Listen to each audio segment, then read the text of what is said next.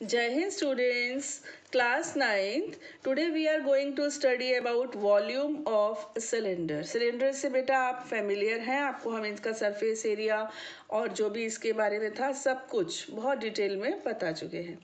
आज हम सीखने जा रहे हैं वॉल्यूम। सिलेंडर की शेप तो पहले आप देख ही लीजिए, ऐसी ही होती है। दो टाइप के सिलेंडर्स होते हैं, एक तो होता है बच्चों सॉलिड, है ना, और एक होता है हॉलो, मतलब अंदर से खोखला, और एक होता है सॉलिड, जैसे कि ठोस चीज़ होती है। जैसे ये है, देखिए ये सॉलिड है, ये है ना, ये सॉलिड सिलेंडर है, आपको दिख रहा है, ये सॉलिड सिलेंडर का एग्जांपल है। ये एक परफ्यूम की शीशी है, बॉटल है, तो ये भी जो है सॉलिड है। ये भी एक एडहेसिव है, ये भी सॉलिड है ना। सॉलिड मीन्स अगर ये पैक्ड है, देखिए अगर ये पैक्ड है तो आपके लिए तो ये सॉलिड ही हो गया ना, ठीक है। ये हॉलो है, देखिए ये हॉलो है ना, दोनों तरफ से खाली है, इसकी कुछ थिकनेस भी है, हमको दिख नहीं रही है, बट ये हॉलो है। तो इस तरह से ये दो तरह के सिलेंडर्स होते हैं। वॉल्यूम का एक बेसिक फॉर्मूला है बच्चों, वो है आधार का क्षेत्रफल गुणा ऊंचाई। आयतन बराबर आधार का क्षेत्रफल इंटू ऊंचाई। Volume is equal to area of base into height, है ना। अब जो भी सिलेंडर होता है उसका बेस कैसा होता है? बेस होता है सर्कुलर, है ना। नीचे भी एक सर्कल और ऊपर भी एक सर्कल होता है, लेकिन अभी हम बेस की बात कर रहे हैं। तो बेस क्या है? सर्कल। और सर्कल का एरिया क्या है बच्चों? सर्कल का एरिया है पाई आर स्क्वायर, है ना। और इसको हम मल्टीप्लाई कर देंगे हाइट से, यानी कि एच से। तो ये फॉर्मूला हो गया पाई आर स्क्वायर एच, पाई बोलना चाहिए, पाई आर स्क्वायर एच, ओके। तो इसको आपको रटना नहीं है, सिर्फ इतनी सी चीज याद रखनी है, area of base into height. अब सर्कल है तो एरिया ऑफ बेस हो गया पाई आर स्क्वायर इंटू एच हो गया। तो ये सिंपल सी चीज है। अब अगर हॉलो सिलेंडर का वॉल्यूम निकालना हो, एक चीज और बच्चों, वॉल्यूम के बारे में एक बार हम पहले भी डिस्कस कर चुके हैं कि अगर आपसे कोई पूछे कि कोई चीज कितनी जगह घेरेगी, यानी कि कितनी प्लेस ऑक्यूपाई करेगी, that means they are talking about its volume. Second होती है कैपेसिटी, इसमें कितना सामान आ सकता है, यानी कि धारिता क्षमता, तो ये भी होता है वॉल्यूम। तीसरा होता है कि इस चीज को बनाने में कितना मटेरियल यूज हुआ, कितना सामान प्रयुक्त हुआ। तो ये भी वॉल्यूम के बारे में बात हो रही है। हॉलो का वॉल्यूम कैसे निकालेंगे? देखिए, आपने एक सिलेंडर है, ये मान लीजिए, ठीक है, सिलेंडर है, इसके बीच में से एक सिलेंडर काट के बाहर निकाल दिया, तभी तो ये हॉलो हुआ, खाली हुआ, है ना। तो आप क्या कीजिएगा, बाहर के सिलेंडर के volume minus volume of inner cylinder, volume of outer cylinder minus volume of inner cylinder. अब चाहे आउटर हो चाहे इनर हो, दोनों की हाइट तो सेम रहती है, रेडियाई डिफरेंट होती है। इसकी रेडियस इनर वाली की ली हमने R2, और जो आउटर है बाहर की तरफ है, इसकी ले ली हमने R1। तो आउटर सिलेंडर का वॉल्यूम क्या होगा? पाई R1 स्क्वायर एच, ठीक है। इनर सिलेंडर का वॉल्यूम क्या होगा? पाई R2 स्क्वायर एच। तो पाई कॉमन है ना, R1 square minus R2 square, H भी कॉमन। एच हमने बच्चों पीछे लिख दिया, एक रिदम बनी रहेगी, पाई दिस मच एच, ठीक है। तो ये क्या है? It is volume of hollow cylinder. आपको ये क्लियर हुआ या नहीं? एक मैंने एक्सपेरिमेंट किया आपके लिए, शायद ये वर्क करेगा। मैंने एक बच्चों मिट्टी का सिलेंडर बनाया है। ये मिट्टी से मैंने बनाया है और ये सॉलिड है, आपको दिख रहा है, ये सॉलिड सिलेंडर है ना। अब हम इसको हॉलो करने जा रहे हैं। यहाँ से मैंने इसके अंदर इसको प्रेस किया, देखें एक्सपेरिमेंट काम करता है या नहीं। इसको मैंने इसके अंदर प्रेस किया जिससे कि ये अंदर की मिट्टी को बाहर निकाल दे और ये हॉलो बन जाए। Let us see what happens. थोड़ी सी शेप बिगड़ रही है, नो वरीज। ये देखिए, ये कुछ मिट्टी बाहर आ जाएगी और अब ये सिलेंडर एक हॉलो सिलेंडर की शेप ले लेगा पूरी तरह से। ये देखिए काम होना चाहिए, थोड़ा बहुत तो डैमेज होगा और समझ में आना चाहिए। ये देखिए हुआ, ये हॉलो बन गया कि नहीं बन गया, आप देखिए। तो कैसे हॉलो बना, इस रेडियस की, जो भी इसकी रेडियस थी, इस रेडियस की मिट्टी जब मैंने बाहर निकाल दी तो ये हॉलो हो गया, खाली हो गया अंदर से। अब हम ये जो इसमें से मिट्टी बाहर आई है या जो भी मटेरियल हमने यूज़ किया वो मटेरियल बाहर आया है ना, इसका वॉल्यूम हम सॉलिड सिलेंडर के वॉल्यूम में से माइनस करेंगे।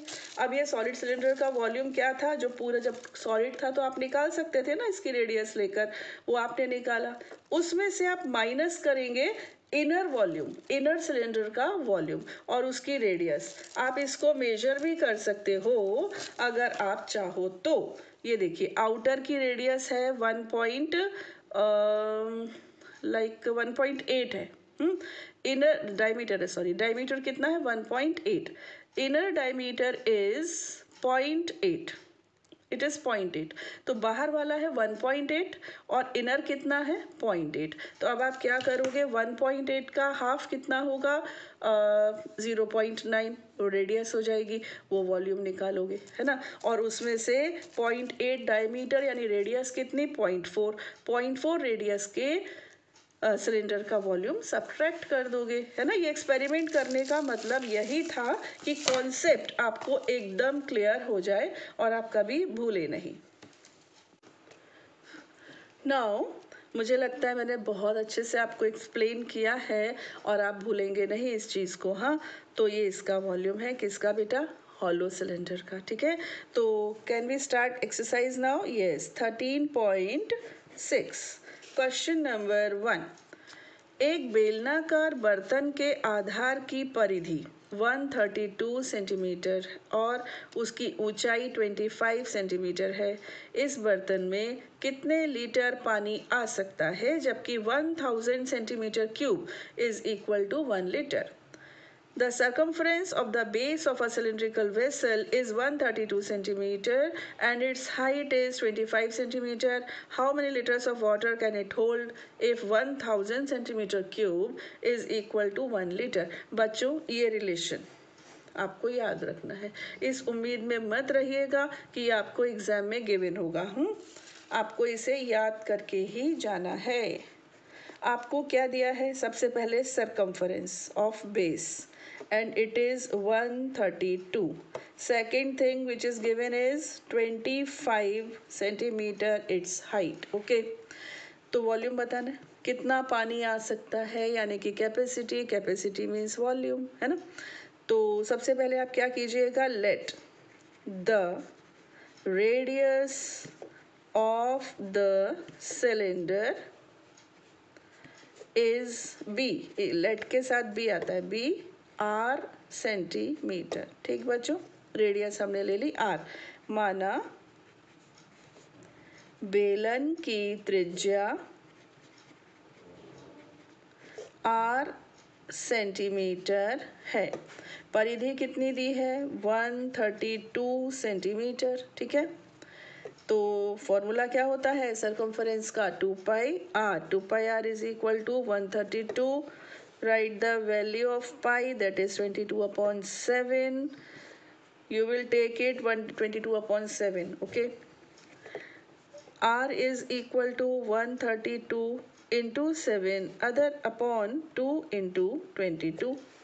कैंसिल किया आपने, ये आ गया 66, 22 1 ज़ा 22, 22 3 ज़ा 66। तो बच्चों r कितना आ गया, r आपको मिल चुका है 21 सेंटीमीटर। अब r है और h तो पहले ही गिवन था, गॉट इट। हम निकालेंगे इसका वॉल्यूम। वॉल्यूम का formula pi r square h, pi is 22/7, 21 into 21 into 25, 7 3 ज़ा 21। ओके, तो ये बच्चों हो गया 66 इंटू 25 को हम 21 से कर दें अगर मल्टीप्लाई, तो हमको 525 मिल जाएगा, ठीक है। अब हम 525 को 66 से मल्टीप्लाई करते हैं।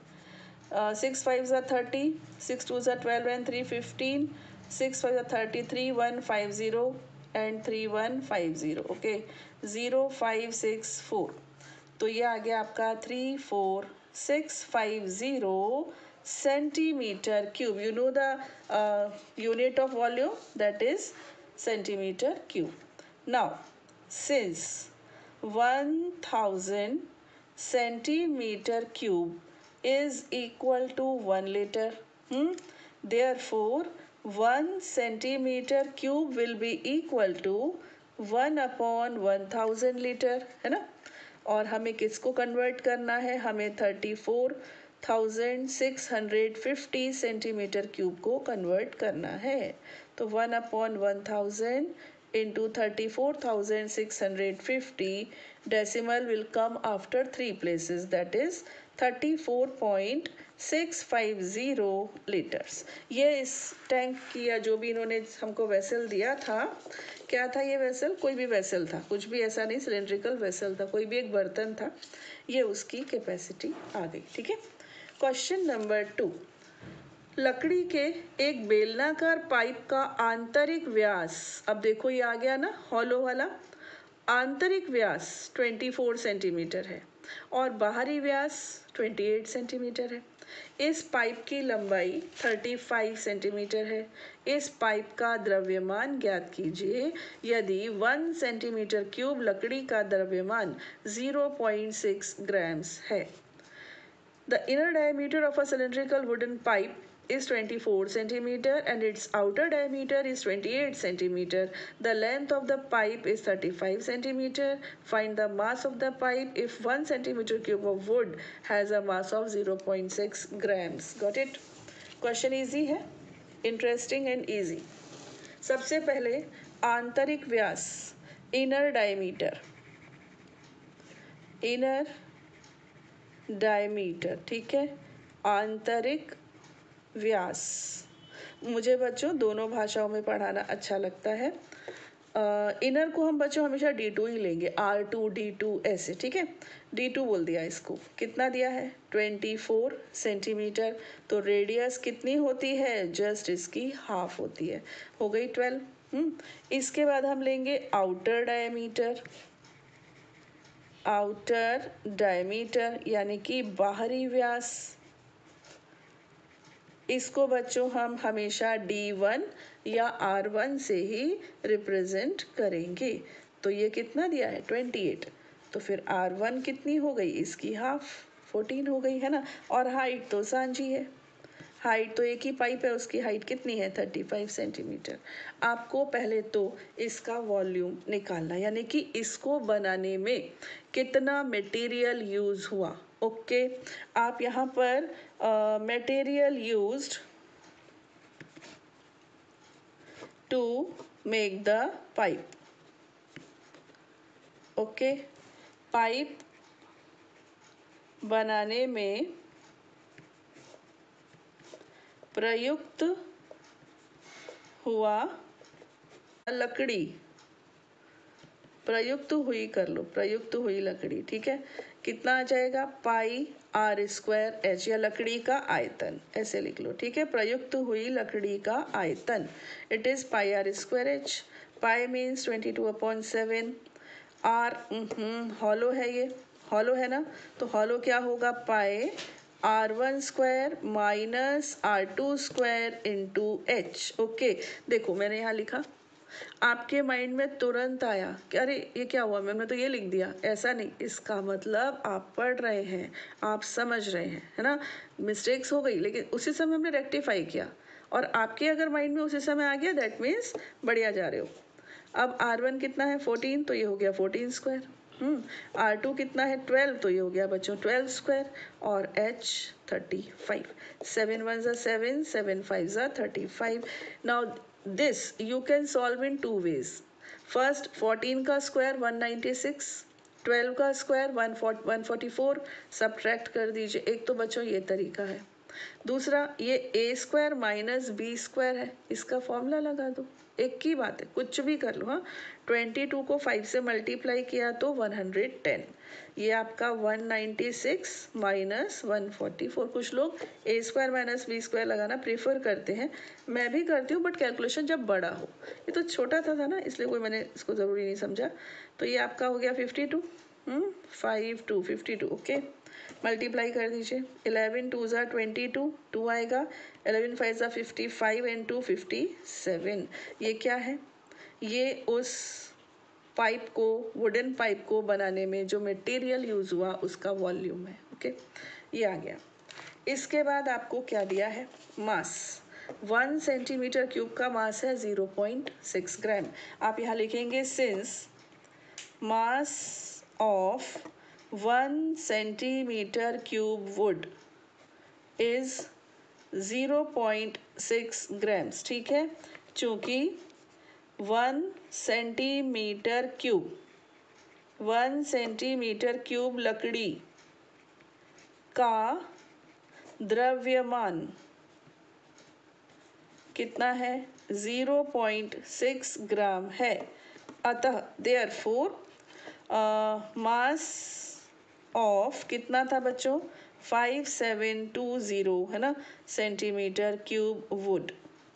हिंदी वाले लिखेंगे अतः 5720 सेंटीमीटर क्यूब, दिख रहा है, सेंटीमीटर क्यूब लकड़ी का, जस्ट अ मिनट, द्रव्यमान होगा। कितना होगा? मल्टीप्लाई कर दीजिए। 5720 into 0.6, got it. Decimal remove किया, अपॉन में 10 आ गया। एक तो ये 0 कैंसिल हो गया है ना, और 6 2 ज़ा 12, 6 7 ज़ा 42 एंड 1 43, 6 5 ज़ा 30 एंड 4 34। इतना ग्राम। अब ये इतने ग्राम लिखता कौन है? किलोग्राम में कन्वर्ट करते हैं ना, कोई हमसे बोलेगा नहीं, ये हमारी कॉमन सेंस बोलती है।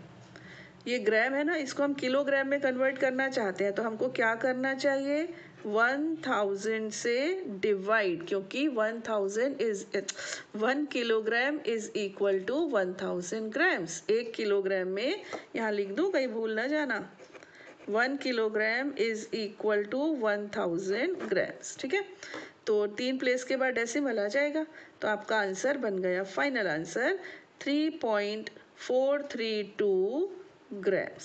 ओके, तो 2 questions along with the introduction of volume of cylinder I have taken in this video.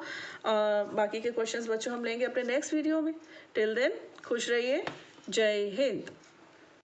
3.432 grams. Okay, तो 2 questions along with the introduction of volume of cylinder I have taken in this video. बाकी के questions बच्चों हम लेंगे अपने next video में। Till then खुश रहिए, जय हिंद।